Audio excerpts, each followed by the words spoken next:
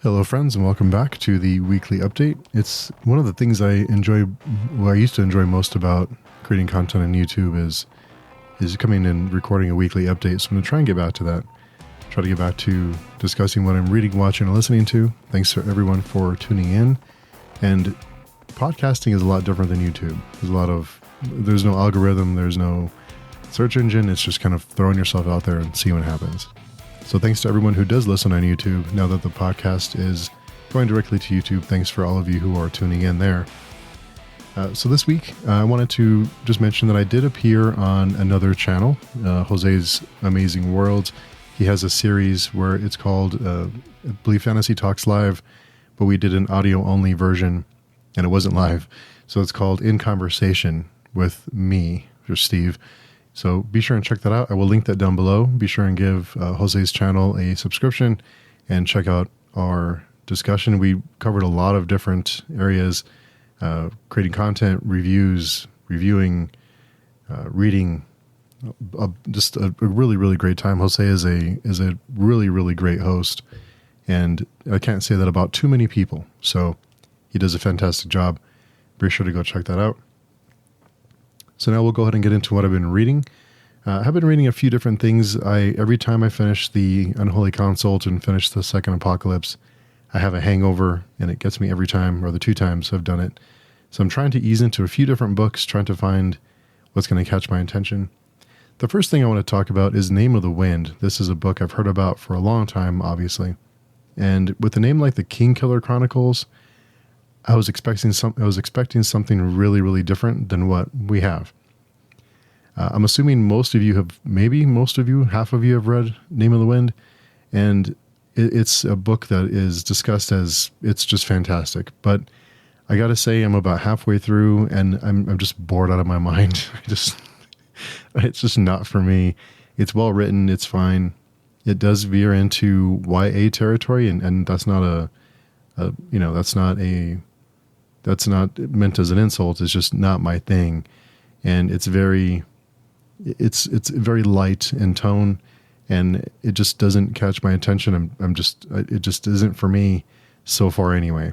And from what I understand is that the tone stays the same throughout. So it's not like something like Red Rising, which I hear is more YA in the beginning, then it kind of gets more serious as you go through the series. But this one kind of stays the same. Like I said, it's not badly written or anything. It's just not my cup of tea. So I'm getting through that one very, very slowly.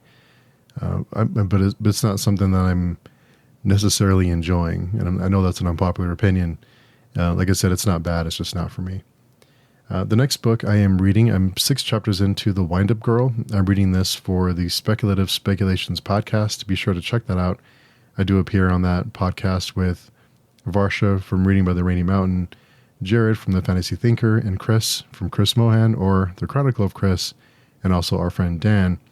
We meet every week to discuss about 100 pages of a book, and then we are going through the big book of science fiction. We're reading one short story per week and discussing it every day or every week on the channel. So that one, The Wind-Up Girl, it reminds me kind of like Blade Runner. Instead of it being synthetics, it's more about gene splitting and creating life and controlling life and controlling plants and animals and kind of science, really playing around with those kind of themes, with creating, playing God and creating life, or quote unquote playing God and creating life, and what the power that it is, and what does it mean to be someone who is created that way, and what does that mean for that person, that kind of thing. And it's pretty interesting. The first few chapters, it really had my attention, and then now it's veering off into something else. And it's very, very early in the book, but so far I'm enjoying it. I'm also reading Trader's Knot. This is the 7th book in the Wars of Light and Shadow series by Johnny Wirtz. This series is very underrated. I know that a lot of people on BookTube discuss this book. I know it's seen a resurgence the last few years of, people talking about it, but I would like to see more people get into it. So if you haven't given it a shot, I would recommend trying it, especially if you enjoy really dense works. And I don't mean that in a bad way. I just mean the there's a lot going on, and it's beautifully written. And I know that the prose isn't for everyone, but if you enjoy, really poetic and dense and descriptive and just beautiful prose, I mean, like I said, everyone has different tastes of what they prefer. But if that sounds of interest to you, I would definitely recommend giving the first book a shot. There is an audiobook available for it now, so be sure and check that out if you are an audio person. The next book that I'm reading, I started this yesterday. A book that I've been wanting to read for a long time is The Trader by Rue Cormorant. This is a book that everyone tells me I'll really enjoy, and I just haven't gotten to it. We've been meaning to get to it for quite a while on the forum, but we just haven't quite gone there yet. So far, I'm only 2 chapters in, but so far it's fine. It has my attention, which lately a lot of books I kind of drop off really quickly. If I'm not getting into something, there's a point where I just drop off. An instance of that is Tigana by Guy Gavriel Kay. I just couldn't get into it. I got like 5 or 6 chapters in, and I thought, I'm really not digging this. I'm just going to go check out some reviews and see what they say. And I went and read some reviews, and I think a lot of reviews that I saw were people that did not enjoy the book, who were more character focused. They were character readers. They enjoyed character development, that kind of thing. And that's my thing. So if those people didn't enjoy it, I don't think I would have. It's not really for me. And it just didn't grab me. And I'm to the point now where if I'm not enjoying something, I'll drop off. So I did decide to set Tigana down and fight another day. I believe we're still having a discussion on that, and I think I'm attending that one just to say why I DNF'd it. So keep your ears peeled for that. So that's kind of what I've been reading. We're also reading Swamp Thing, and I'm reading a lot of comic books. My co-host for Comics and Manga is traveling, and I will be solo this week, I believe. So I decided to pick up a lot of number ones. I was going to read everything that came out this week, but I decided that would be torture because I don't really enjoy the capes and cowls stuff, like the traditional superhero stuff. It's so based in continuity that it's hard to jump in and really enjoy it. So I just decided not to torture myself or any of you to hear me complain for an hour and a half about how confused I was and how I didn't enjoy it. But I did decide to pick up every number one I could get my hands on, and also all the books that I normally read. So I think I have like 20 books. That should be an interesting episode for sure. And also when I mentioned that the Comics and Manga podcast, I did have a separate podcast for that, but I'm merging the two together. So if you're listening on Page Chewing, that is being posted here on the main podcast, and I'll slowly phase the other one out to have one podcast instead of multiple. So that's if you see those episodes pop up, that's what that is. Also, I did have my last scheduled Friday conversation with an outside guest this week. I spoke with Stephanie Vasquez, and that will be the last time for the foreseeable future I will have a guest that I did not personally, that I scheduled, that it is not within my little circle. Eventually, I plan to maybe kind of send invites out for certain authors. But if I'm not familiar with you, I don't know you, we're not friends, then I typically will just be posting the events on the forum, and with topics for people who want to join, just jump in and say hello. For instance, this week we had a few people who couldn't make the Friday recording for Speculative Speculations, and we decided to do an impromptu Friday conversation. We just jumped on and just kind of went with whatever happens. So that'll be posted this week, this Friday. The following week is my conversation with Stephanie Vasquez, and then after that is the top 10 graphic novels. So that will be the next 3 episodes, and then from there we'll kind of see how it goes. And I don't really want to go every other week on the Friday conversation, but we'll kind of see what interest is, who can make it, and who is available certain days.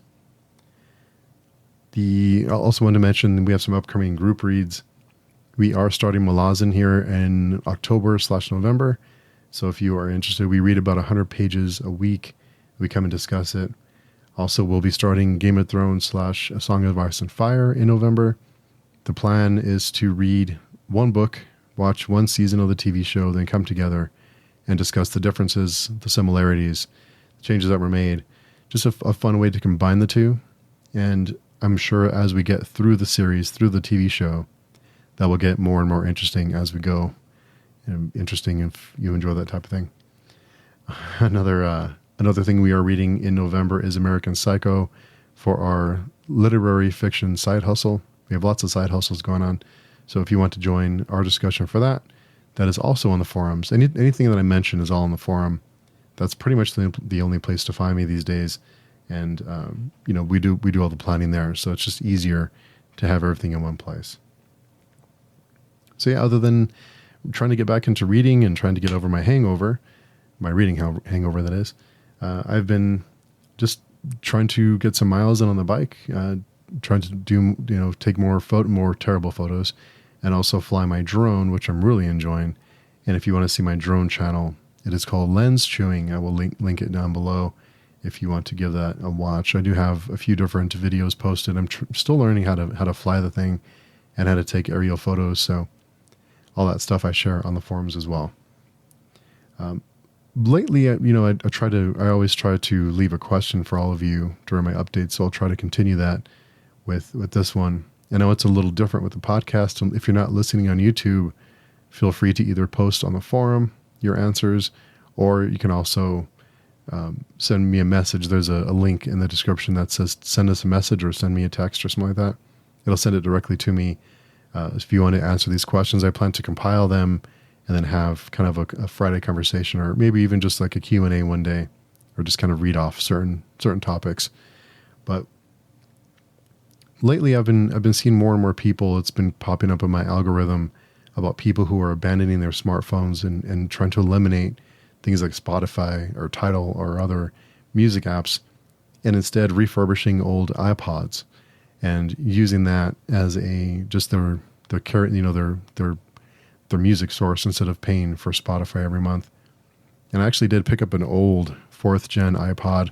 This thing is a brick and it has a bad battery, so I plan to refurbish it and to give that a try. I think it's interesting seeing people getting away from being connected all the time. And there's a lot of changes now. Social media platforms have always been bad about tracking and privacy, but it is getting worse now with AI. The new iPhone, I'm not sure if you've looked into that. The new iPhone and the new software, the things that it does and the way that it invades your privacy is pretty mind-blowing. So it's you want to get away. I wish I could go to just a flip phone and use that and use an iPod and just disconnect as much as I can, but sometimes it's not always reasonable or feasible, I guess. So one day I hope to do that. So are you someone who is trying to get away from being connected, from digital content, from always being, having that phone in your pocket, the one device that does everything, quote unquote, when really is it the best way to go about it?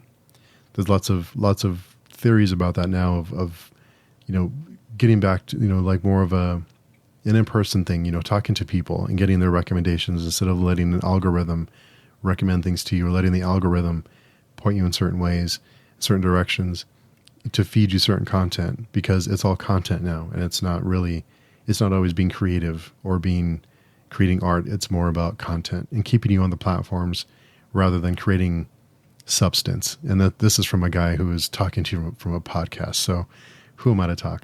But still, I think it's worth something. It's worth thinking about and considering, and kind of, we all should take a look at that kind of thing and be conscious of it, because it is, for me anyway, it's becoming more and more important to make an effort to disconnect from certain things that just aren't good for us, or good for me, I should say. Also, along with that, my question for all of you is, there was a video I saw, and I posted this on the forum, but there's a video that I saw about a gentleman who had discovered that we don't actually own any ebook we buy from Amazon. When you buy an ebook, we only lease it. So if you pay $10 for an ebook, it can be changed, altered, removed at any time, because we don't own that ebook. It's only leased to us to read. An example of that is, I don't know the exact publisher, but there was an ebook version of 1984, which is a fantastic book that people were buying, but come to find out that the publisher who was publishing this version of the ebook didn't have the license to sell the book as an ebook. So they came to Amazon and said, "Hey, this publisher does not have permission, the license to distribute and to sell this book. What gives?" So Amazon said, "Okay, well, we'll remove all the ebooks from everyone's Kindle who bought it." And they went and they removed it because we don't own it. They didn't have to give anyone notice. If you were one of the people who bought that ebook, the book just disappeared and you weren't notified until you went to look for it and discovered it was gone. So those are one example of things, or they change book covers on the fly. They update things like that, which is kind of nice. If you're an author who finds a mistake, you can go and retroactively correct these mistakes, and it fixes those mistakes in everyone's Kindle. On the other side, it's opening it up to, kind of shenanigans going on behind the scenes. So is that something that you consider? Is that a reason for you to avoid or to buy digital content? Because all this content we don't really own. For instance, with Steam, I've been using Steam for 25 years, back when it was really bad. For those of you who remember Steam way back in the day, it was terrible. It was a terrible app. It was really bad. It's come a long way. But I have, 25 years of games I've been buying on Steam, and if I get banned for some reason, then that all disappears. I don't own any of it. It's not mine. I just lease it. I just have access to it. So it's something that I think is worth having a conversation over. I think it's an interesting topic. We did talk about that on the Friday conversation coming up here on Friday. Also, I do post a sneak listen to all the Friday conversations and other episodes on the forum. So if you remember, it's free to join. It's a small, tightly knit community of people who we don't always get along. We don't always agree, but we always try to be respectful to each other. And for me, it's more of a group of friends than anything else. I know there's a lot of Discords out there who have thousands of people. And I hear people brag about how many people they have on Discord. Like, oh, we have like 10,000 people. Is that really a good thing? I mean, how many of those people are really engaged in the community, really engaged with each other? And how many people are just like on the sidelines? It's not the same.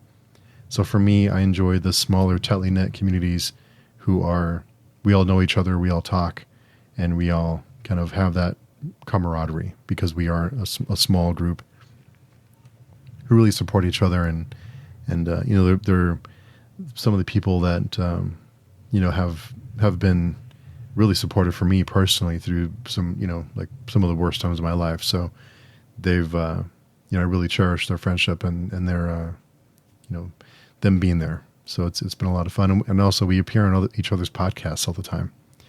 We do have a podcast network that we're developing. So if you are interested in joining, we are developing that now. We just haven't nailed down specifics yet, but that's another thing we are discussing.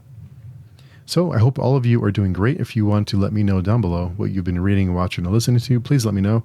And let me know how things are going for you, how everything is. The weather is cooling down finally. And yeah, so I hope all of you are doing great. What have I been watching? We've been rewatching Ozark. And Ozark, there's a lot to say about Ozark. I've never finished it, but now that I'm rewatching it, it's different. So yeah, I'm going to go through and finish Ozark this time, and then maybe we'll have a discussion of it. Also, we are discussing The Penguin on Film Chewing, so if you want to join those discussions, we discuss them every Wednesday, and we are in episode 2 now. So Jared and I will be discussing episode 2 of The Penguin. If you aren't subscribed to Film Chewing, please go check it out. Also, if you're listening on the podcast, please rate and review the podcast. It makes a big difference for us, and it helps out a lot, especially with it, on iTunes or whichever app you're using to listen. I know if you're on YouTube, then hopefully you're already subscribed. So, but it does make a big difference. So thank you for all of you who are doing that as well. That's it for me this week. We will talk to everyone next week. I hope all of you are doing great and safe and happy, and we will talk to everyone very soon.